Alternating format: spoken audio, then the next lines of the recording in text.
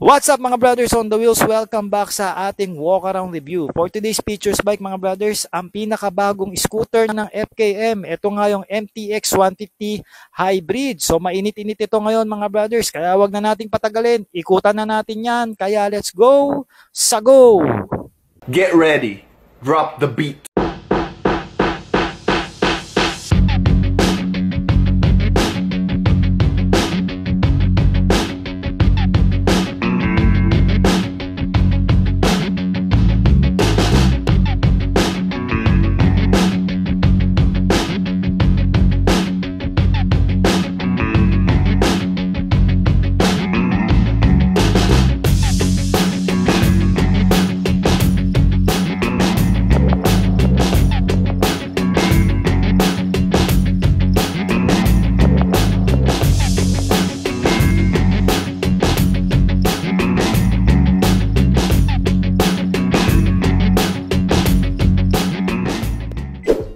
Aha!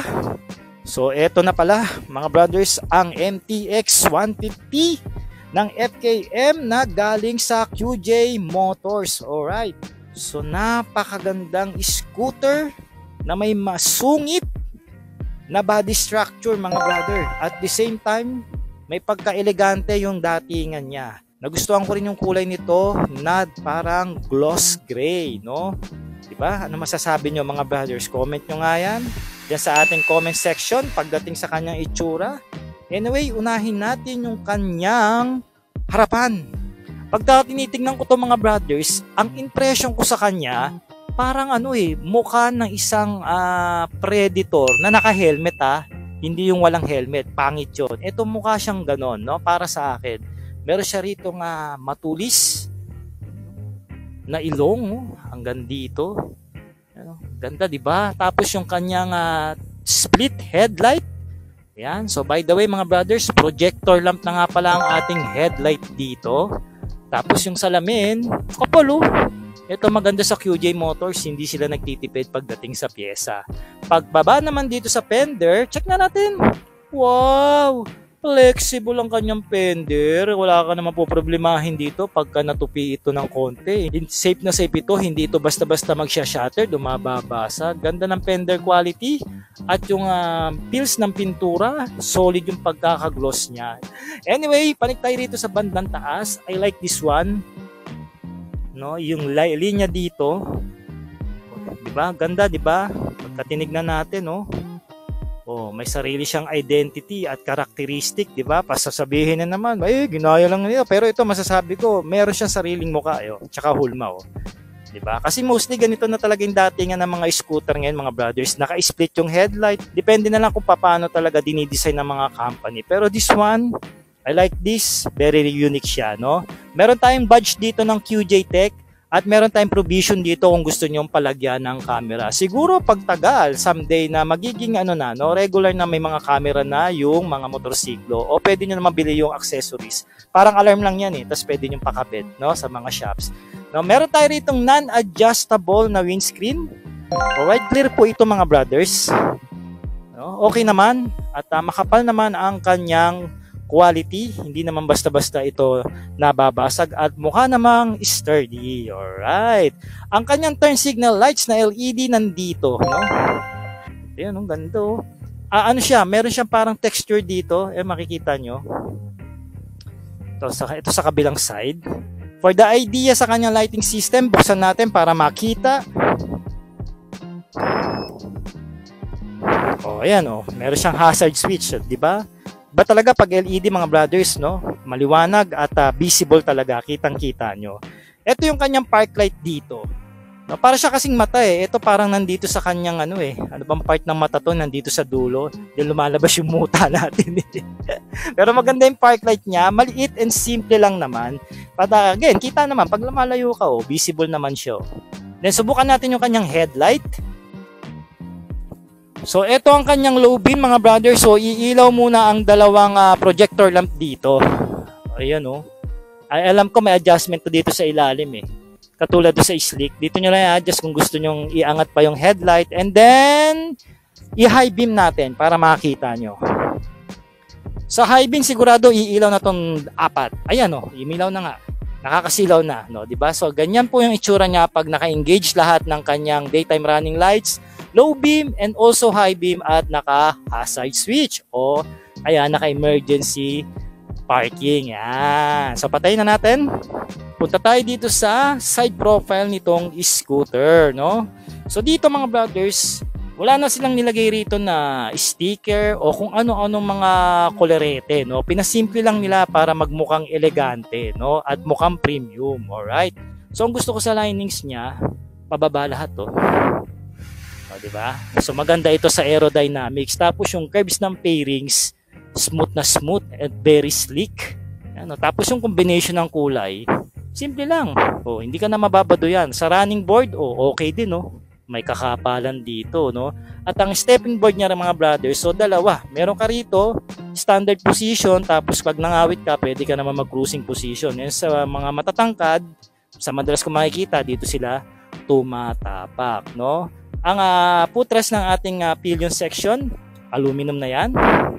Ganda. Ang plastic ng QJ, makapal, quality, wala na tayong poproblemahin. Magmula rin sa fairings. Ganda ng assembly rito ng FKM mga brothers. Talagang dito sila tumututok, no? Wala ka makikitang nakanganga, kulang ng tornilyo o may umaalog, no? Maganda ang pagkaka-assembly line nila. Ayan, no? Kikita nyo, assembly line nila. Naka-break time lang yung mga stop kasi alas 3 ngayon. Anyway, balik tayo. Meron tayo ritong solid plastic na grab bar. I don't know kung pagtatanggalin ito, provision siya sa top box, no? May para siyang takip dito na kung gusto mong tanggalin. At isa pa sa mga pumukaw ng aking atensyon mga brothers, itong upholstery nila, no? Naka-single tone siya pero dalawa ang kanyang texture. Dito sa driver seats mga brothers, magaspang siya and then meron tayo para ditong makinis na pills, no? Dito sa kanyang pillion section. Ang stitches niya, double layer stitches to. So matibay talaga. Puti pa nga yan para mag-highlight yung mismong upuan, no? Tsaka malapad, no? Manipis siya pero masasabi ko malapad. No, mamaya upuan natin yan para masabi natin yung feels, alright? No? Ayan, punta tayo dito sa likod mga brothers. So dagdag pa pala natin mga brothers ang kanyang muffler. Malaki po ang muffler niya and maganda naman ang kanyang heat guard, no? Combination po ito ng solid na plastic, no? At solid na plastic lang, combination tuloy. Yung kulay pala mga brothers, meron tayo ritong silver accent. Plastic pa rin ito at ito naka-alum bolts na rin, no? Pagdating dito sa tip ng muffler mga brothers, meron tayong ditong single exit lang. Solid plastic pa rin ito. Pero okay itong heat guard niya, safe ang ating driver at ang ating angkas hindi mapapasok kahit madikit pa. Lalo na yung mga short rider, madalas dumidikit ang ating mga hita rito pag dito tayo bababa. Alright, ang cover ng makina sa radiator, yan, mamaya check na natin yan pagkausapang engine. Dito sa rear fender mga brothers, masabi ko dito ang haba ng fender niya pero hindi siya boring kasi nilagyan ng design ng QJ Motors, no? Ang ganda and flexible din ito. Ano? Diba? Pwede niyong ganid ka dito diba? So nandito yung ating plaka. Good thing meron siya ritong stopper na rubber para hindi kumakatok ang ating plaka. Meron tayong built-in dito na ilaw para sa ating plaka, reflector at ang taillight, pailawin natin. Wow! LED taillight, no? At nagustuhan ko yung approach dito ng QJ Motors mga brothers kasi hindi nila nilabas yung turn signal lights nasa mismong assembly na rin ng ating taillight, di ba? So hindi siya baduy o hindi siya parang makaluma tignan, no? Modernized na rin. At ang style ng kanyang taillight mga brothers, di ba? Kakaiba rin to. Ngayon lang ako nakakita nitong ganitong style kasi mostly nakikita ko na mga letter T, mga parang linya lang na guhit. Ito, alam mo letter T na parang merong pagka letter A dito, di ba? Ganda. High beam nga natin para makita.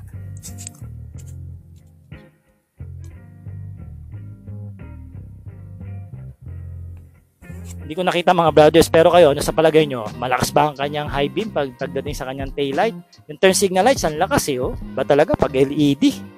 Alright mga brothers, dito sa kabilang side profile ng motor, same lang naman. Makikita lang naman natin dito yung panggilid ng makina. Check nga natin ang plastic na air filter. Okay, makapal. Maganda ang kanyang pagka flat finish. May badge tayo dito ng hybrid. Since ito ay merong hybrid assist. Okay, and then may engrave tayo rito ng QJ Motors. Ayan, wala na nga lang siyang kickstart. No, pero okay lang, normal na naman to sa scooter ngayon. No, side stand niya, meron tayong kill switch feature dito para sa mga limot-limot mag side stand, no, magtiklop ng side stand diyan Hindi mag-start ng motor natin, no. Ang floorboard niya same approach din dito at gustuhan ko rin yung mattings. Parang pang-kotse, no. Makapal yung pagkaka-rubber. By the way, sa kulay nga pala mga brothers dito sa MTX, meron kayong 5 pagpipilian. Ito nga yung matte black nila. And then, meron tayo ritong matte gray. Ito naman yan, mga brothers. No? Dito sa loob, pasok tayo para makita nyo. Hi, ma'am. Ang nire-review natin dito, mga brothers, is a gloss gray. Yan, wala pa nga silang official name pagdating sa color. Ito yung ikutan natin ngayon. At dito, papasok tayo. Meron tayong makikita rito na matte silver. O yan, no? Ganda rin, no? At dito, meron tayong gloss white para sa mga mahihilig naman sa gloss finish na puting-puti. Mas gusto ko to. Kitang-kita talaga yung katawan niya, oh. Diba? Nag-highlights talaga. Tapos may linings tayo dito na parang gold pagdating sa kanyang decals. Alright. Alright, ngayon naman i-check natin yung kanyang underseat. Okay, ayan o. Makikalakihan yung kanyang underseat compartment. Pero i-check natin kung kakasya ang isang open face helmet from Mokem. Ayan. So, the moment of truth, no? Kung pwede bang pumasok ang isang open face o isang full face. Kasi parang full face na rin to pag nakababa yung visor, no? Tingnan natin. Mga brothers, negative. Hindi siya kakasya. I guess kasya lang dito is a half face na helmet. Pero syempre, makakapaglagay pa naman kayo dito ng inyong mga essential na gamit, no? Yung mga kailangan nyo. At sad thing, wala rin siya ritong helmet hook. Okay, so obligado, dadalhin nyo talaga yung inyong mga helmet. Alright. Okay mga brothers, sakin na natin ito ngayong motorsiklo. Alright, so ngayon, pinipil ko o dinadama ko yung kanyang upuan, malapad, no? So, kahit malaki yung build nyo dito, sigurado kayang-kayang accommodate. At pag pumupunta kayo sa unahan is more the more nyong maaabot yung floor kasi nga hindi na siya malapad. So, tanggalin natin siya sa kanyang pagkaka-side stand. Tapos, malis muna tayo sa motor para makita nyo. Yan. So, side stand check muna tayo. Ganyan po. Side stand ang isang FKM MTX 150, no? Nakikita ko siya ngayon in person at hindi naman siya alanganin. Tama lang yung higa niya, tama lang din naman yung pagkatindig niya. At importante, nakapasok itong paa ng side stand na papaward siya. Pagka kasi nasa gitna yan, nandito, alanganin niya, pwedeng tumumbay motor, so papagrinder nyo pa, alright? So mababa lang ang seat height nito mga brothers na umaabot lang ng 755mm. Kahit may kalaparan yung upuan niya mga brothers, mababa lang naman yung seat height, so naaabot ko pa naman. Okay, ayan diba? So 5.4 lang ako at hintayin nyo ang ating performance ride review dito mga brothers kasi doon tayo talaga magbabike fit. Ngayon papakitaan ko lang muna kayo ng kanyang glimpse pagdating sa kanyang seat height. And by the way mga brothers, meron pala tayo ritong ground clearance na 140mm. Okay, nandito na sa floorboard yung pinakatangke, nasa gitna na siya ng motor, which is good para much more balance lalo na pagka full tank. Okay, so buksan natin. Nandito yung kanyang fuel buttons. Ayan. Buksan natin yung kanyang gas cock. Ayos Tsaka gusto ko talaga sa ginagawa na FKN. Meron siyang tali. Ayan di ba? So napakadali lang naman din buksan yung kanyang gas cap at madali lang naman din isara. Itong kabilang buttons mga brothers para ito sa iyong seats. Okay? So ngayon pagka gusto niyo natin i-on, pindutin lang natin to, press lang natin yung open and then lipat natin dito sa ignition. Makikita na natin dito ang ating 4 inches na TFT display. Yun, ganda ng pagkaka-colored niyan. Pero bago natin alamin yan, tignan muna natin yung features dito sa handlebar. Okay? So, naka-naked setup tayo dito na handlebar mga brothers, which is nagbibigay much more elegant dito sa motor na ito. Meron tayo rito edge guard na chrome ang accent at pati dito sa gitna, tinakpan yung tornilyo, which is good para hindi basta-basta kalawangin, no? Sa switches niya mga brothers, I can tell quality talaga ang mga switches ng QJ Motors. Ayan, hindi sila nagtitipid. at nilalagyan pa nila ng backlight assist. Diba? Sa mga pindutan, same yung feels. Pag nakikita ko yung mga motor nila, ganda talaga, no? So sa kaliwa mga brothers, meron tayo ritong handle grip na malapad. Large po ang aking kamay for the reference. I think kakasya rito mga XL na kapalad o mga double XL, no? Meron tayo ritong bar end na chrome na bakal, no? At ang ating brake lever, syempre FKM, adjustable yan na hanggang 4. So, depende sa preference o lapad ng kamay ng isang rider. Pwede nyo papalayuin, pwede nyo palapitin. At dagdag pa natin, meron din siya rito ng part lock assist. Ayan, so meron siyang part lock dito kung gusto nyo ilock yung motor nyo para kung ipapark nyo na naka-side stand, na nakapasubsob o nakapapanek. Okay? So, sa switches mga brothers, meron tayo ritong horn, no? So tama lang yung horn niya pang motor talaga, pero kung nahihinaan, pwedeng palitan ng mas malakas, left and right. Alright? Good, no? Maganda yung engagement. At nandito ang ating easy access para sa TFT display, no? So hindi na kayo magpipindot dito sa display panel niya, dito niyo lang babaguhin. Mamaya discuss natin 'yan. Ito yung high beam natin. No, pagdating sa side mirror, no, meron tayo ditong diamond style side mirror. Okay, ano? Okay, standard yan mga brothers, papalayo po yung angle niyan. Okay, so kitang-kita nyo, no? At ang ating brake fluid cap, nandito ang ating baso ng ating mga brake fluids, parehas lang naman ng left and right. So pagdating dito sa kanan mga brothers, meron tayong switch dito ng ating hazard switch. Ito, so yung headlight niya mga brothers, no? Bukas na yan, nakapirmi na yan, so hindi nyo na yan mapapatay. Which is good kasi ito na yung mga batas ngayon dito sa Pilipinas, hindi lang masyadong pinapatupad, pero may batas na tayong dapat po bukas ang headlight natin anytime or any day. Okay. Ito yung ating stop start system, dahil meron nga palang stop start system ang motor. Andito kung gusto nyong off, gusto nyong on, no? At nandito ang ating handle grip sa kabila, same approach lang naman hanggang dito sa ating bar end. At also yung ating brake lever dito, adjustable din, no? Sabi ko nga yung side mirror, diamond shape. Okay, so pag-usapan na natin yung kanyang TFT display. Patayin muna natin para makita nyo yung animation. Oh, di ba ganda? QJ Tech. Alright. Okay, gusto ko to. Yung ginawa nila dito sa mga kable, meron tayo rito tie wrap, no, para hindi sabog yung kable at malinis at neat tignan ang ating manibela kasi isa ito sa mga madalas natin makikita. Okay, balik tayo sa TFT display. Makikita natin dito mga brothers, meron tayo rito mga indicators at mga kailangan natin. So meron tayo rito sa gitna na kilometers per hour. Ito.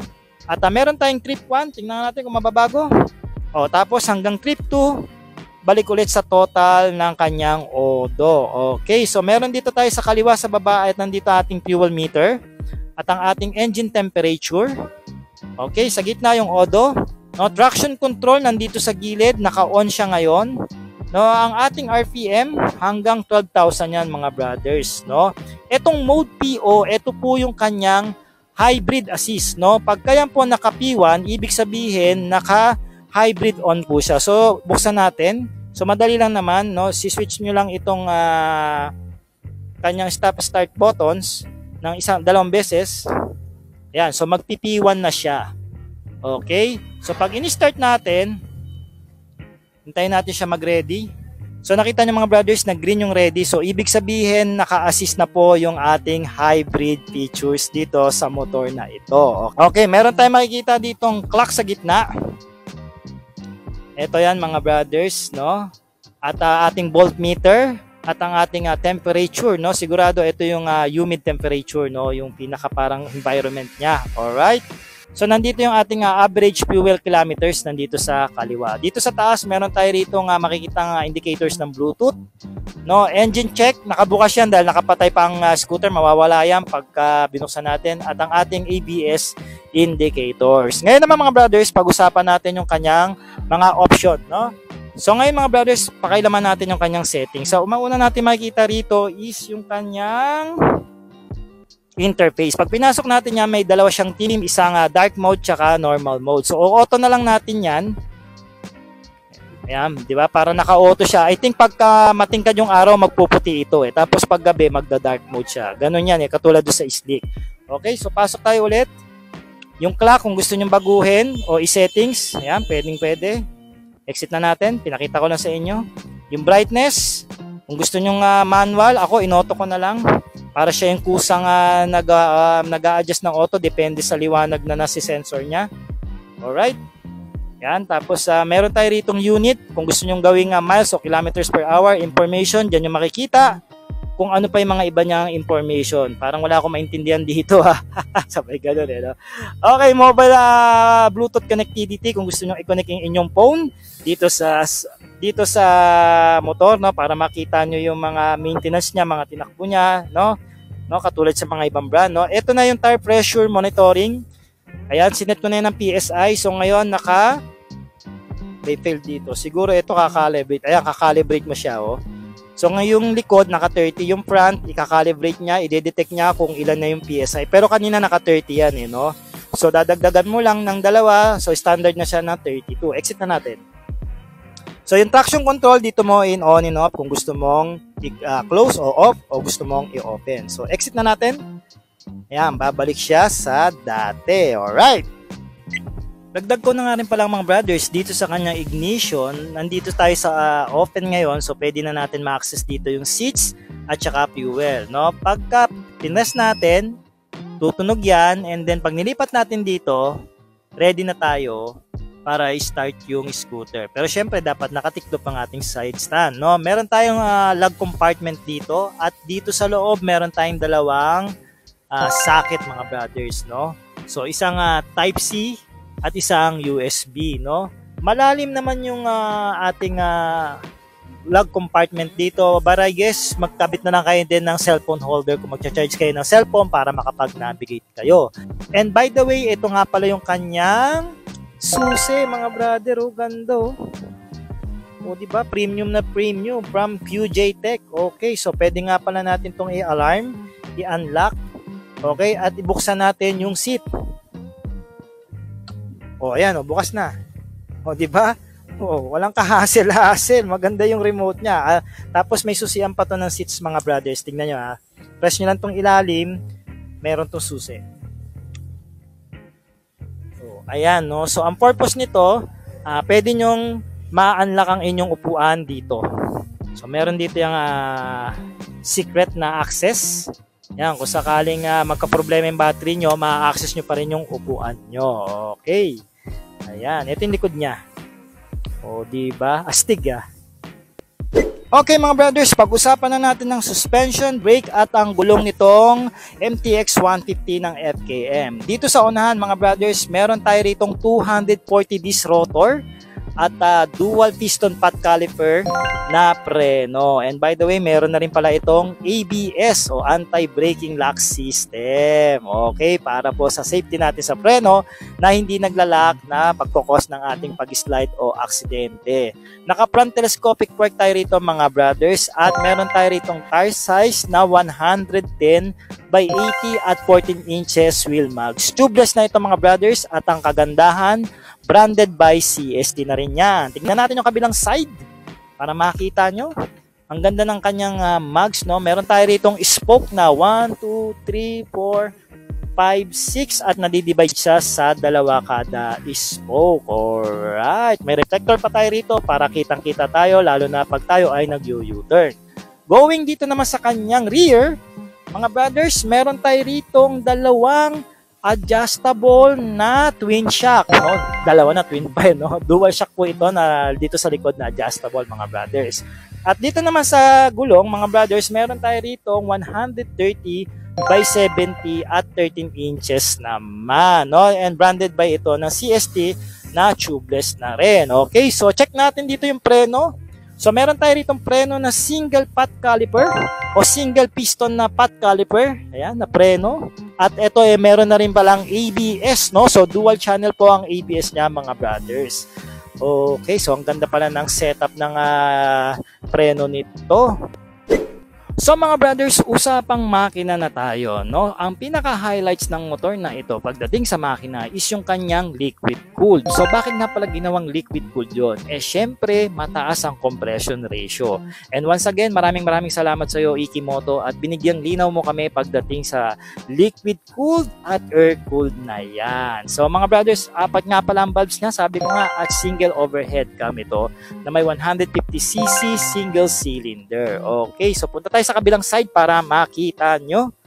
At meron nga pala ito mga brothers pagdating sa kanyang power na 16 horsepower at 8,500 RPM. Pagdating naman sa Newton meter of torque niya is meron itong 15 mm at 5,500 RPM. And para sa akin yung power ratio nito sapat na para sa isang 132 kg curb weight na scooter. No? Hindi ka na mabibitin doon kahit may angkas ka pa. O paano mga brothers, naikutan na nga natin itong scooter na ito na bagong labas lang ng FKM from QJ Motors. Ito nga yung MTX 150 na isang maxi scoot na hybrid. So comment nyo naman mga brothers kung ano yung masasabi nyo dito sa motor na ito. So paliwanag ko lang mga brothers yung kanyang hybrid feature. Sabi sa akin dito mga brothers ng FKM, yung hybrid niya is assist lang po. No? Pag nag-i-start yung motor, bumabaka po yung electric motor starting niya na hindi ganon maglalabas ng masyadong gasolina, makakatipid tayo. And 0 to 3 seconds na arangkada, nag-a-assist din po yung electric motors niya para magbigay ng lakas at the same time, hindi ganong kumukonsumo sa gasolina. So yun po yung kanyang hybrid features o hybrid assist. Okay, so naintindihan nyo na mga brothers. So once again mga brothers, hintayin nyo po ang ating test ride review dito sa FKM MTX 150.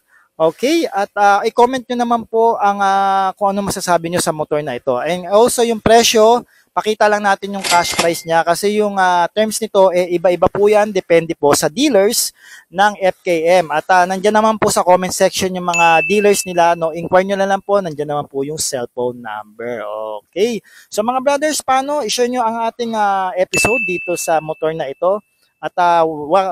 At weekly nga pala namimigay tayo ng GCash, no? Kung sino pala yung maraming nagsishare ng ating mga vlog episode. Okay, at kung dito naman kayo sa YouTube nanonood mga brothers, mag-subscribe na kayo.